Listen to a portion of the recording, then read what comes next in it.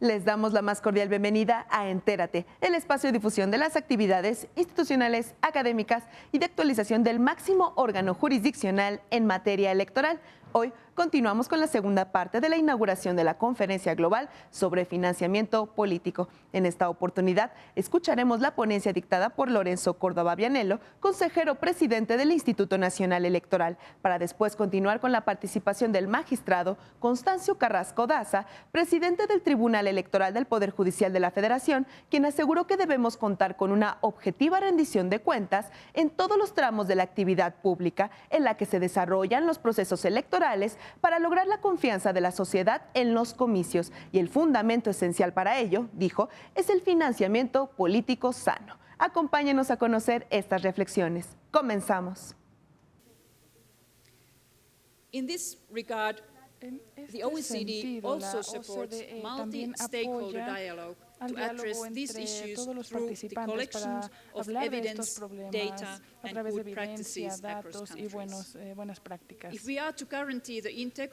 Si queremos garantizar la integridad de nuestras democracias en los años venideros, necesitaremos una herramienta que esté diseñada específicamente para prevenir la influencia en el financiamiento de partidos políticos y campañas electorales. El desarrollo de un marco para el financiamiento de la democracia tiene investigación que se ha llevado a cabo en años recientes. Understanding and addressing the role of money and its influence in politics should no longer be a taboo subject. In our forthcoming policy debates at the conference, I invite you to find both solutions to address questions such as what are the risks associated with the funding of political parties and electoral campaigns, y las campañas why electorales. existing ¿Por regulatory qué models los are modelos still regulatorios insufficient existentes to siguen siendo tackle those insuficientes risks? para atacar estos And what riesgos? are the links ¿Y cuáles between son money in politics los vínculos and entre el broader dinero y la frameworks for política integrity in the public y sector? los marcos entre la integridad en I el invite sector this conference to público? shape the global dialogue Quiero on darle money forma a and the este risks of diálogo capture en by el powerful tema del narrow dinero interests. y los intereses I que a call todos all the nos atañen. partners present Quiero today que todos to los join socios que forces in están aquí, advancing todos los this important presentes, debate with a que tomemos multi-stakeholder approach. este In a enfoque. democracy, En la public democracia, policy las should never be políticas for sale públicas to no the highest bidder. deben venderse al mejor We all postor. understand that better Todos policymaking comprendemos is que hacer shared políticas es responsibility. una responsabilidad requires compartida, upfront requiere commitment de and un engagement compromiso from governments, y but el also from involucramiento de businesses los and gobiernos y citizens. también de los Your negocios y presence los here today, ciudadanos. Su representing presencia the aquí executive, hoy legislative, and representa judicial powers, a todos the los private poderes de sector, la nación, and al civil sector society privado, a la at sociedad senior levels civil, is a promising example. y es un ejemplo maravilloso de esto. We will remain committed Vamos to a seguir support this global comprometidos debate para and apoyar este consolidate debate global y evidence-based policy consolidar recommendations in recomendaciones delivering better relacionadas a policies las for better lives. políticas. I'm confident that the discussion in the Tengo coming la days confianza de will que be esta relevant, discusión en estos días va a ser challenging, and also relevante, conducive. desafiante y también We muy count on you productiva. to collectively Contamos explore con new ustedes approaches para for explorar a nuevos better enfoques, policymaking para process in tener mejores financing democracy. procesos de creación de One that políticas is en la open, democracia financiera. informed, and Queremos que inclusive, sea and abierto, that helps integral restore y que trust in ayude a government, recuperar la markets, and confianza institutions. en los mercados, en el I gobierno wish y en you las all instituciones. a fruitful dialogue Espero que and tengan un thank you diálogo for muy your fructífero y continuing muchas partnership gracias in por financing democracy. estar presentes. Thank you. Gracias por su atención.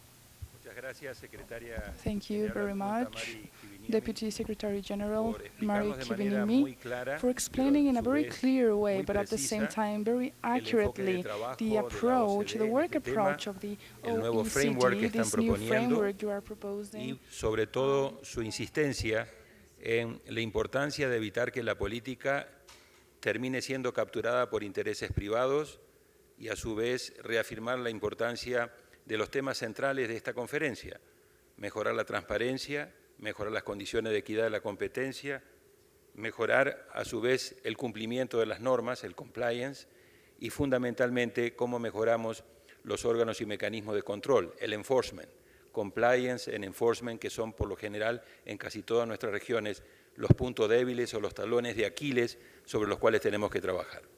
Voy a invitar ahora a hacer uso de la palabra al presidente del Instituto Nacional Electoral, el doctor Lorenzo Córdoba Vianello.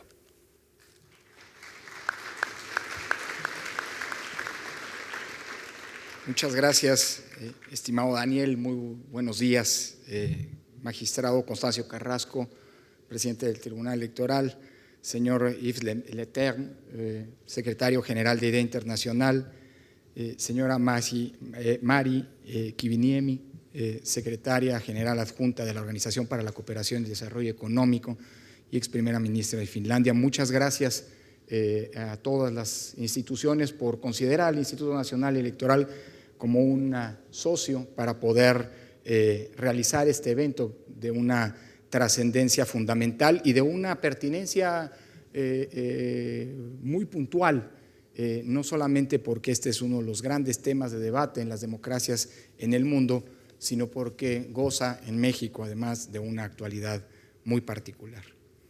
El tema del dinero y la política constituye una relación problemática, sin duda, pero indisoluble en todo sistema político democrático. Del modo en que se conciba y se regule esa relación, depende la calidad de un sistema democrático. El dinero es consustancial a la contienda política, más en los tiempos que corren, pero puede llegar a desvirtuar de significado a la misma democracia y hacer derivar, como dice Michelangelo Bovero, a la democracia en una mera democracia de la apariencia.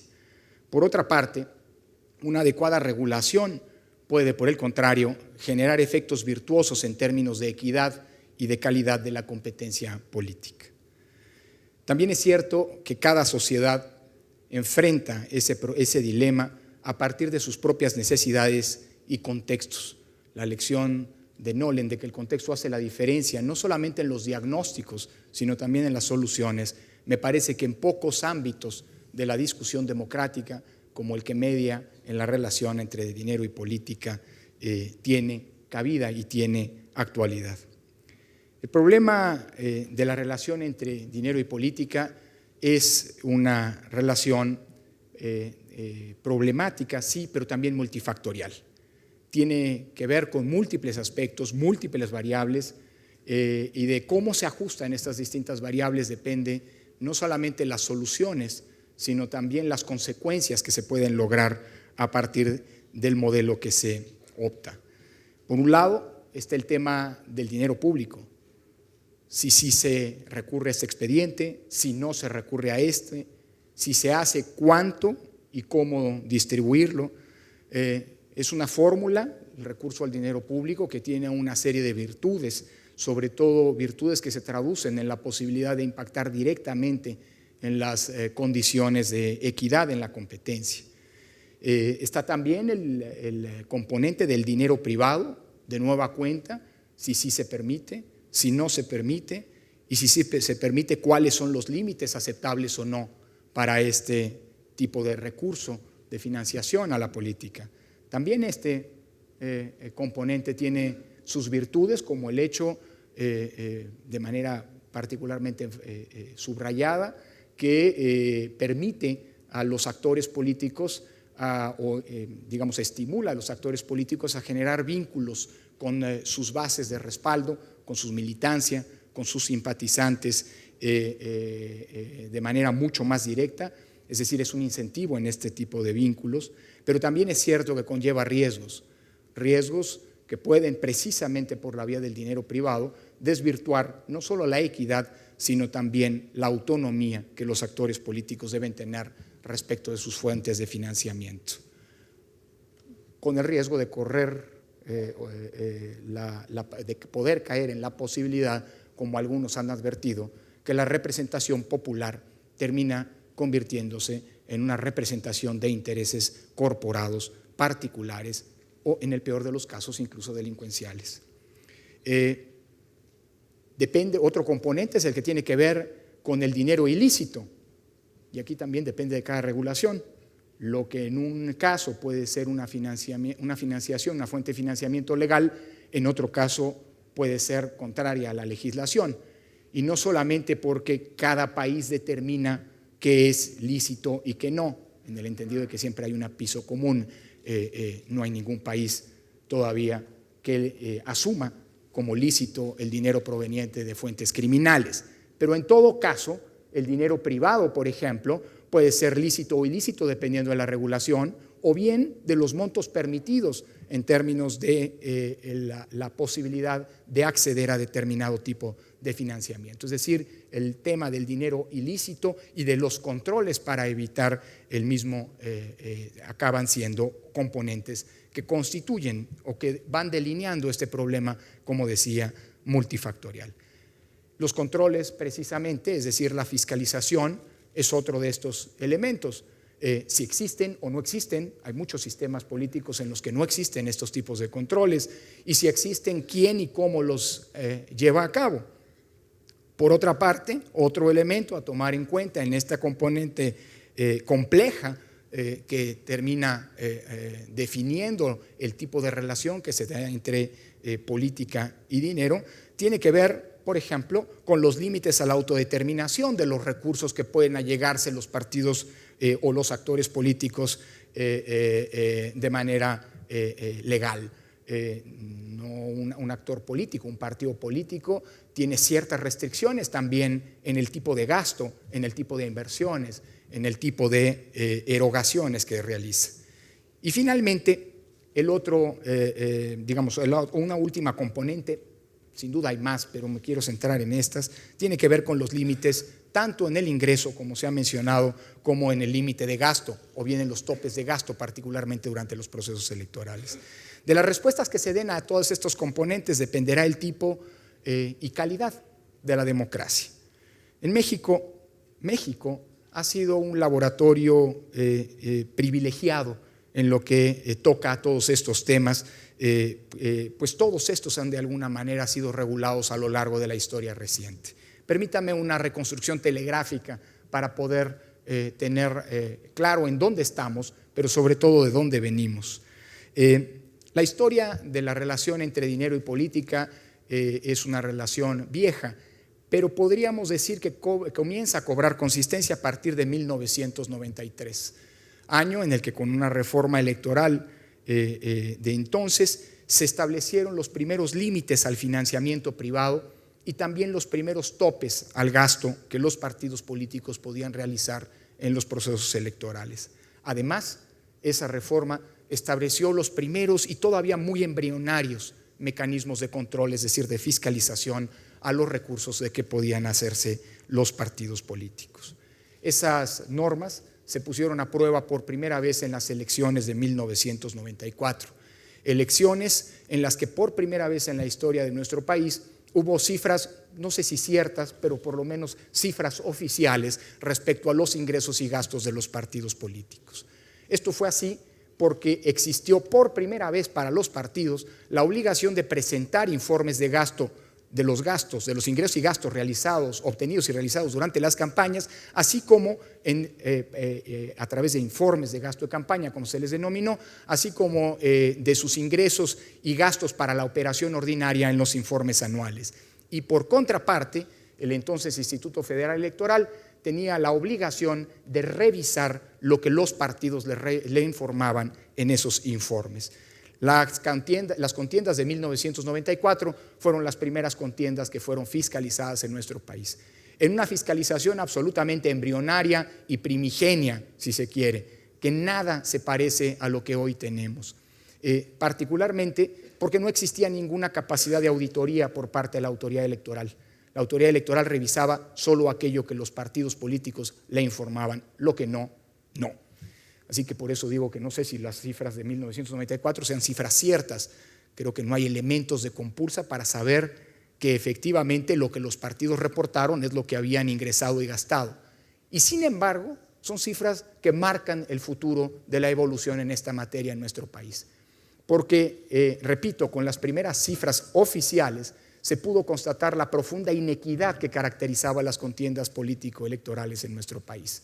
En ese entonces, en la contienda electoral presidencial de 1994, un solo partido erogó el 85% del total de recursos gastados en las campañas. Eso llevó, por cierto, a Ernesto Zedillo, al presidente Ernesto Zedillo, en el mismo momento de toma de posesión, en su discurso de toma de posesión, a decir que provenía su mandato de una elección libre, cierta, pero inequitativa, y que había que dar paso a una reforma electoral definitiva.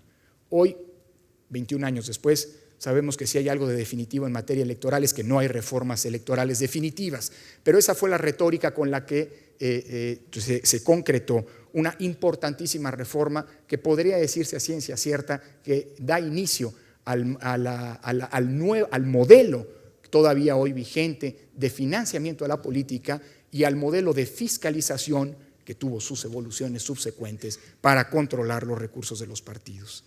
En 1996 se hace una clara apuesta por la equidad en las contiendas político-electorales.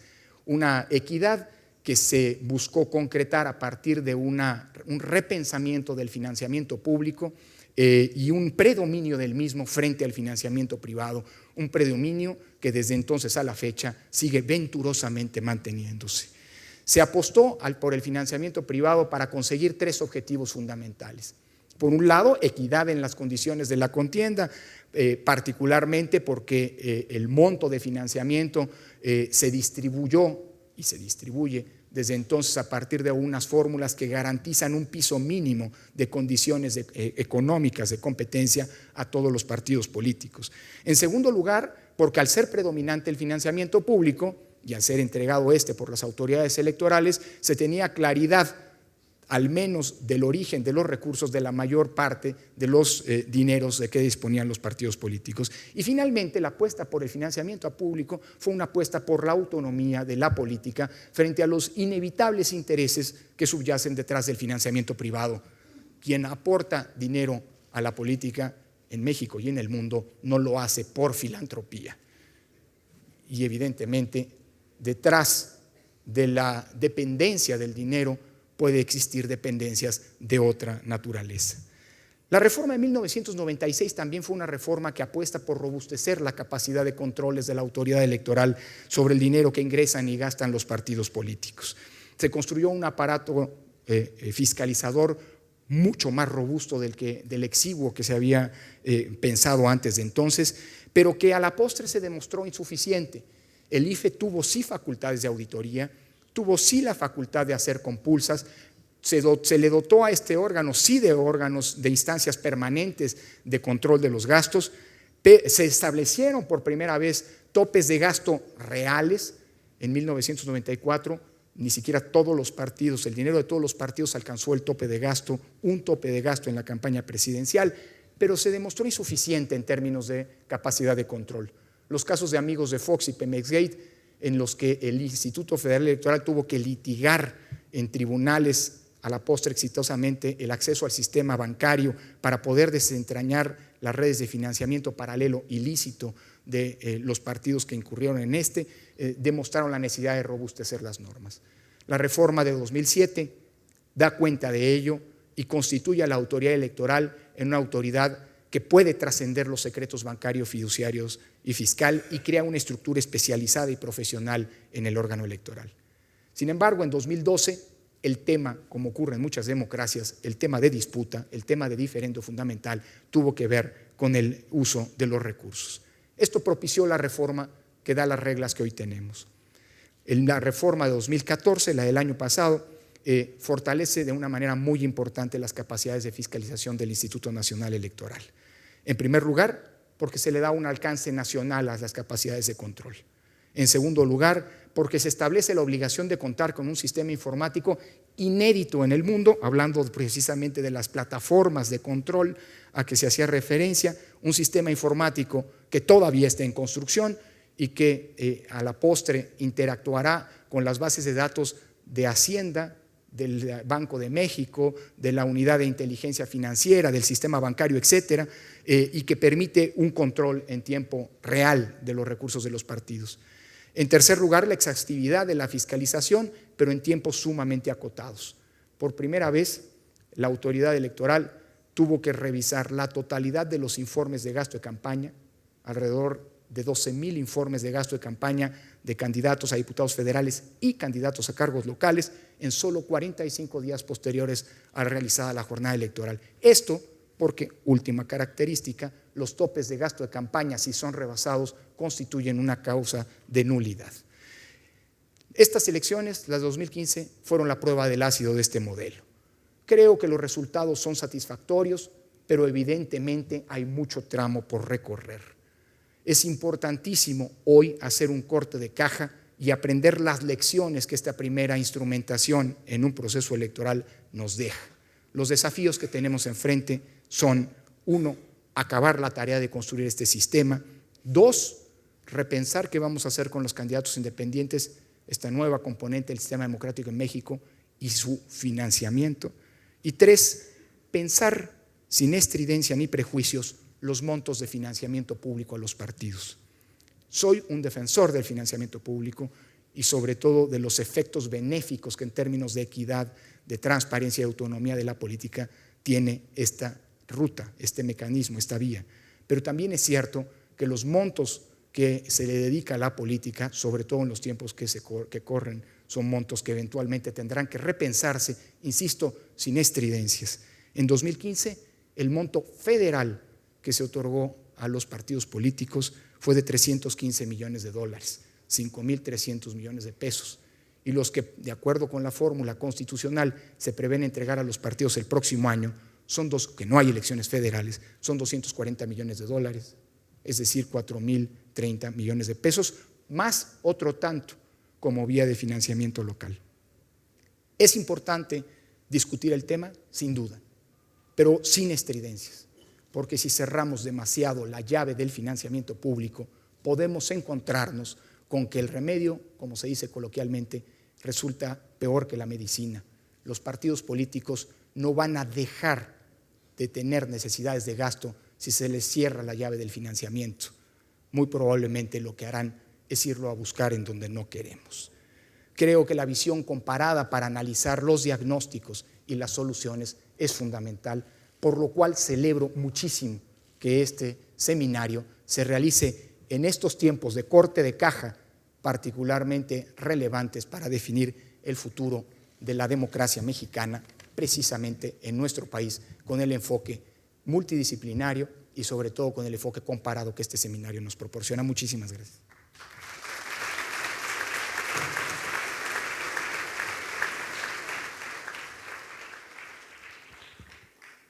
Muchas gracias, doctor Lorenzo Córdoba. Me gustaría rescatar 4 aspectos de su presentación, brevemente. 1, la importancia del contexto. El contexto importa para aterrizar no solamente el debate, sino las reformas que se proponen. El segundo, el desafío que presenta el financiamiento ilegal, la penetración del dinero del narcotráfico y del crimen organizado en muchas de nuestras democracias, creo que amerita una consideración profunda y específica. Tercero, definir a México, utilizando sus palabras, como un laboratorio privilegiado, y su explicación de la hoja de ruta en estos 22 años, de 1993 al año 2015, donde se pasó de la pretensión de la reforma definitiva a la legislación interminable. Hemos ido viendo cómo en cada una de las etapas esa reforma tuvo que ser a su vez parte de una nueva reforma para ir corrigiendo, adaptando la legislación. Y finalmente, muchísimas gracias por poner en el centro de nuestras reflexiones el importantísimo papel que tiene el financiamiento público, pero también creemos muy bien, como señalaban los dos participantes que hablaron de previo, el secretario general de IDEA y la secretaria general adjunta de la OCDE, necesitamos mayor rigurosidad en materia de la investigación de qué funciona y qué no funciona, hasta dónde es efectivo esta inversión tan cuantiosa de fondos públicos y sobre todo en muchas de nuestras regiones, cuando, como muy bien señalaba la secretaria adjunta de la OCDE, la crisis económica en muchos de nuestros países no ha terminado, estamos con programas de ajuste muy importantes y vamos a tener que justificar de manera muy clara el porqué de la inversión de una buena cantidad de recursos públicos en fortalecimiento de instituciones democráticas y en la calidad de la democracia. Voy a invitar entonces ahora, para hacer uso de la palabra, al presidente del Tribunal Electoral del Poder Judicial de la Federación, el doctor Constancio Carrasco Daza.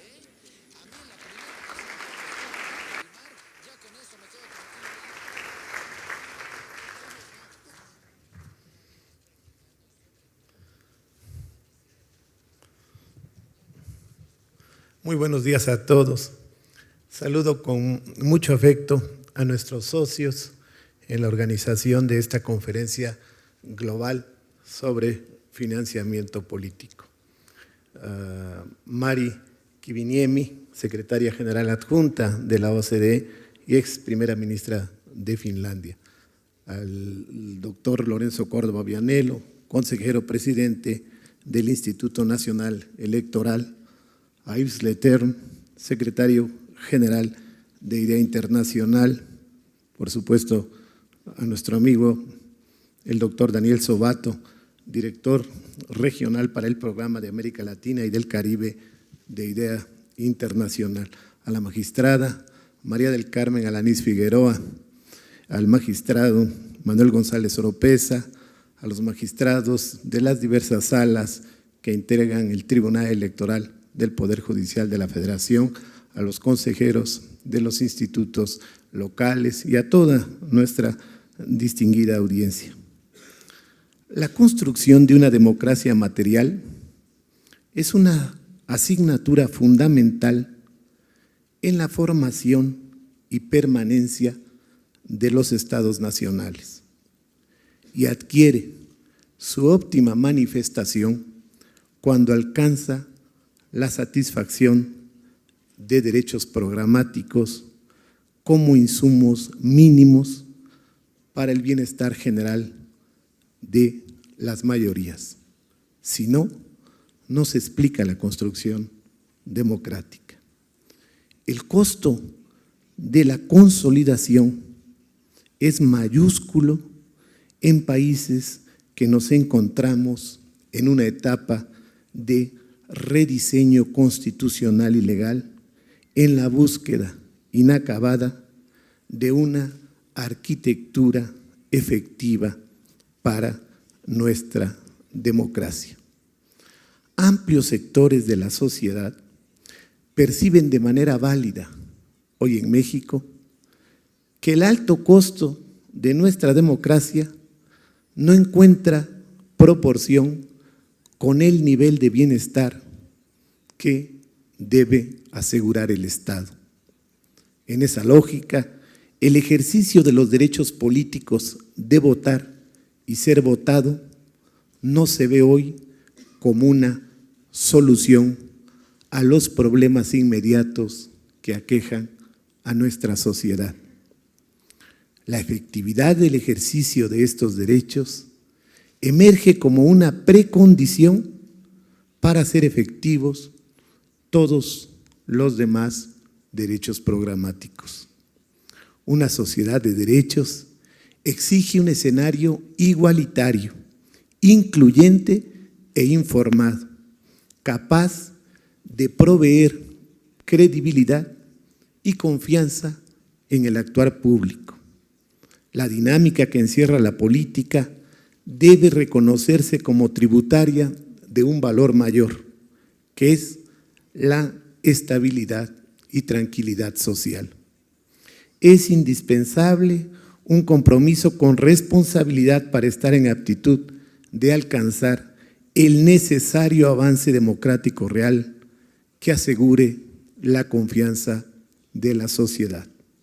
El sociólogo alemán Niklas Luhmann enseña: la confianza es el vértice a partir del cual se construye lo social. Asumamos en consecuencia la parte que a cada uno nos corresponde.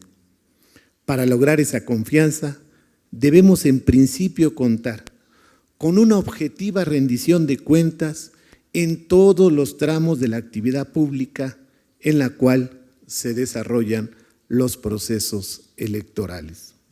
Fundamento esencial es el financiamiento político sano. Es lo que hoy nos convoca en esta conferencia global. Un esquema de fiscalización eficaz que permita generar un balance entre el eminente e inevitable costo de nuestra democracia y los beneficios que deben producirse con su materialización. pretender elaborar un diseño de financiamiento público únicamente desde la percepción de los órganos del Estado significa un ejercicio endogámico e insuficiente. Arribar a las mejores prácticas democráticas exige comprender que debe partirse de la visión de la ciudadanía principal destinataria de un modelo eficaz y transparente. En ese contexto, el Instituto Nacional Electoral, el Tribunal Electoral del Poder Judicial de la Federación, con el auspicio del Instituto Internacional para la Democracia y la Asistencia Electoral, IDEA, así como la Organización para la Cooperación y el Desarrollo Económico, OCDE, asumimos un propósito esencial para la conferencia que hoy nos reúne. Los esperamos en una próxima emisión de Entérate, con más de lo destacado de las actividades institucionales, académicas y de actualización del Tribunal Electoral del Poder Judicial de la Federación. Soy Roxana Noriega, hasta la próxima.